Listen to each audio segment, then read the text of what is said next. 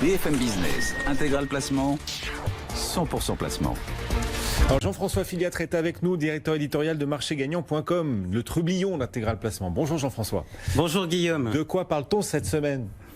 Miroir, dis-moi que je suis le plus beau, que mes décisions sont parfaites. Quel est le rapport avec le patrimoine? Eh bien écoutez, dimanche dernier, le président de la République a parlé et ses détracteurs ont critiqué son autosatisfaction. Alors voyez-vous, comme chez Marché Gagnant, on aime bien partir de la vraie vie pour parler finances parce que ça rend les choses plus accessibles.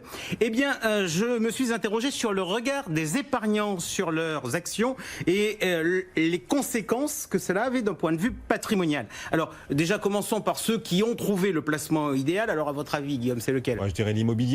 Bravo. Alors, l'univers de l'épargne est considéré comme étant aride par les Français et l'immobilier est du coup vécu comme une oasis. D'abord parce que c'est le placement le plus ancré dans la vraie vie. Vous avez 4 murs, vous savez ce que c'est, il est question de le louer. Alors les histoires de proprios et de locataires, vous en avez déjà entendu parler. Et en plus, vous pouvez le financer à crédit, donc avec de l'argent que vous n'avez pas encore. Donc vous faites votre première opération, ça marche, et vous vous dites quoi?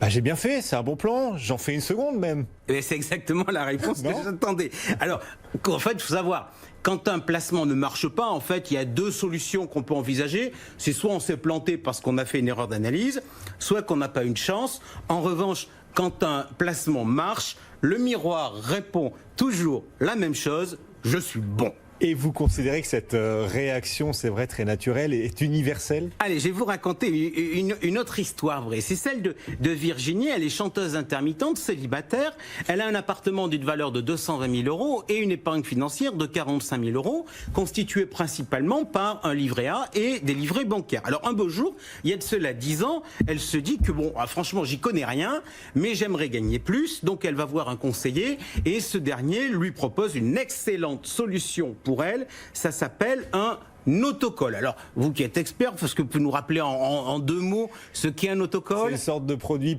pseudo-garanti où on vous donne des coupons élevés si le marché ou quelques titres ne baissent pas trop. Voilà. Exactement. Et donc, la première fois que Virginie, elle a joué à ce jeu, eh bien, elle a gagné. Et alors, autant vous dire qu'elle n'a pas beaucoup hésité pour en reprendre une seconde fois. C'était en février 2011. Normal, en fait, quand on a trouvé un truc qui marche, on se dit, bah, on est bon. On est bon sur le sujet. Donc, manque de chance pour elle. Au terme du produit, elle a perdu 10 000 €. Alors, par chance, son avocat a eu du talent et a réussi à faire condamner le conseiller. Mais là, c'est pas le sujet.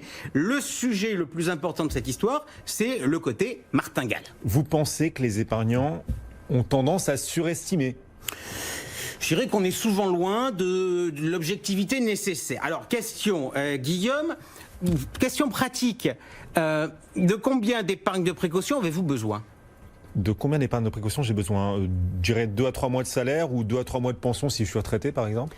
Pardon, je vais vous dire, je vous parle d'épargne de précaution et la réponse adaptée, elle ne devait pas porter sur des revenus, mais elle devait porter en fait sur quoi? Sur des dépenses. Les dépenses imprévues que je pourrais avoir sur des risques potentiels. Alors, vous êtes salarié, vous courez quoi comme risque? Vous courez par exemple le risque d'être viré. Donc oui, il faut se prémunir contre ce risque-là. Alors, en pratique, le retraité, lui, il n'a pas ce risque. Pourquoi? Parce que personne n'envisage aujourd'hui que le régime des retraites par répartition ne paie pas les retraites l'an prochain. Par ailleurs, si je prends mon exemple du salarié, le salarié éventuellement licencié, on pourrait moduler ça en fonction de sa convention collective. Parce que vous avez des conventions collectives qui sont plus avantageuses que d'autres. Et quand on a une convention collective qui est plus avantageuse, on a plus d'indemnités. Alors là, on prend des risques professionnels, mais on peut rajouter le risque santé, le risque d'accident de la voiture. C'est bien tous ces risques. Mais en face, il y a des assurances que l'on a souscrites. Donc la question, c'est est-ce que ces calculs-là, les risques qu'on court, les assurances qu'on a, est-ce que vous avez fait vos calculs? J'avoue absolument pas, non. Voilà.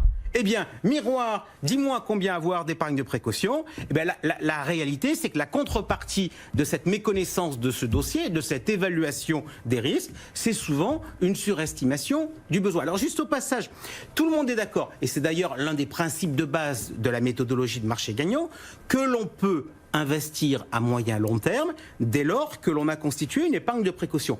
Mais moi, je pourrais vous dire les choses de manière un peu différente. Je pourrais vous dire qu'en fait, votre budget d'investissement, c'est-à-dire ce que vous pouvez mettre sur votre épargne, sur votre investissement à long terme, c'est en fait votre patrimoine financier, moins votre épargne de précaution. Eh bien, si le montant de cette épargne de précaution il est totalement imprécis, parce que les calculs nécessaires n'ont pas été faits, je peux vous dire une chose, vous n'avez aucune chance d'optimiser votre patrimoine financier. Donc on résume, surestimation de ses capacités, surestimation de son épargne de précaution. L'épargnant moyen surestime tout ? Eh bien non. Eh bien non, et en fait c'est ma chronique de la semaine passée qui m'a montré que ce n'était pas le cas. Je vous rappelle, elle était consacrée à la richesse et à l'étude de l'Observatoire des inégalités, vous pouvez la voir en replay si ça vous dit. Et alors parmi les sujets, j'avais notamment indiqué que pour moi, seule la valeur du patrimoine net, c'est-à-dire après déduction des dettes, devait être prise en compte, alors que trop souvent, les statisticiens nous parlent plus du patrimoine brut, c'est-à-dire avant déduction des dettes. Et sur le sujet, vous avez eu des retours des professionnels justement sur votre position ? Oui, alors il y a l'INSEE qui a participé au débat en défendant sa position, c'est-à-dire qu'il défend pas mal le patrimoine brut. Que nous dit l'Institut national de la statistique ? Ils nous disent que étudier le patrimoine brut, ça revient à attribuer aux ménages, dès la signature d'un achat, notamment immobilier, sa valeur totale, et donc à anticiper le patrimoine net dont ils disposeront plus tard. Alors j'entends l'argument de l'INSEE, c'est intéressant de se dire le patrimoine brut d'aujourd'hui c'est le patrimoine net de demain. Ça m'amène toutefois deux questions. Pourquoi on tient le raisonnement pour le crédit immobilier et pourquoi on ne tient pas le raisonnement sur le reste de l'épargne financière? Et puisqu'on parle aujourd'hui beaucoup de la retraite, eh bien, on peut aujourd'hui des cotisations pour payer notre retraite future, que ce soit dans le régime de base ou le régime complémentaire. Oui. Pourquoi cette épargne n'est pas valorisée dans notre patrimoine? Ça, c'est le débat professionnel, mais en pratique, pour les épargnants, Jean-François, vous aviez proposé d'aller faire le test sur le site de Marché Gagnant pour savoir si en fonction de son patrimoine net, on était riche ou pas. Alors je vais être cool, je ne vais pas vous mettre en difficulté, je ne vais pas vous poser la question de savoir si vous l'avez fait, mais en tout cas c'est encore possible. Toujours est-il que dans les messages qu'on a reçus de la part de nos fidèles, il y a en fait une constante. C'est « Ah, je ne m'imaginais pas ». C'est-à-dire, l'un d'entre eux nous a même dit tiens, mais finalement, même ma vieille mère, elle fait partie des mieux lotis. Alors, sur le sujet, on voit en fait l'inverse de ce que l'on a vu précédemment. Les riches, c'est les autres. Alors non, amis qui nous écoutez ou qui nous regardez, vous faites sûrement partie des Français des plus riches de notre pays, même si vous n'êtes pas des Bernard Arnault en puissance. Mais vous nous aviez annoncé justement des conséquences patrimoniales, les conséquences de la vision qu'on peut avoir de soi-même, Jean-François. Alors, la surestimation de ses capacités, elle a un effet majeur.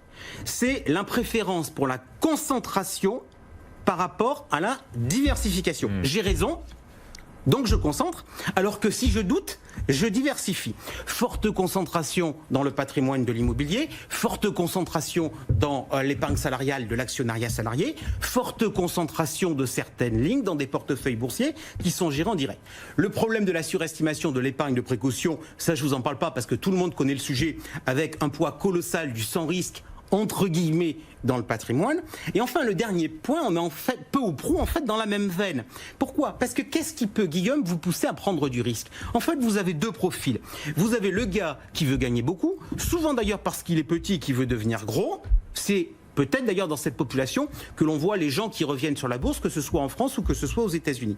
Et puis deux, vous avez le profil de l'investisseur qui se dit qu'il a suffisamment d'aisance financière pour pouvoir prendre des risques. Eh bien, si vous considérez que vous n'êtes pas aisé financièrement, vous n'entrerez jamais dans cette case-là. Est-ce que vous pensez que les choses peuvent changer pour le coup? Alors, très difficile, et je vais vous dire pourquoi, parce que l'épargne se vend plus qu'elle ne s'achète. Je me mets à la place d'un conseiller. Mon client, il a une marotte sur un sujet. Pardon, mais qu'est-ce que je vais aller m'ennuyer à lui expliquer autre chose? En plus, vous notez que dans les questionnaires MIF, si on vous dit que vous connaissez bien un produit, on vous encourage finalement à le souscrire parce que vous avez une meilleure note. Donc ça plaide pour la concentration. Deux, le travail qu'on a évoqué tout à l'heure sur l'évaluation de l'épargne de précaution. Ce boulot-là, franchement, ça prend un temps fou. Et ça rapporte quoi en commission? Rien. Vous continuerez donc, Guillaume, avec vos 3 mois de salaire.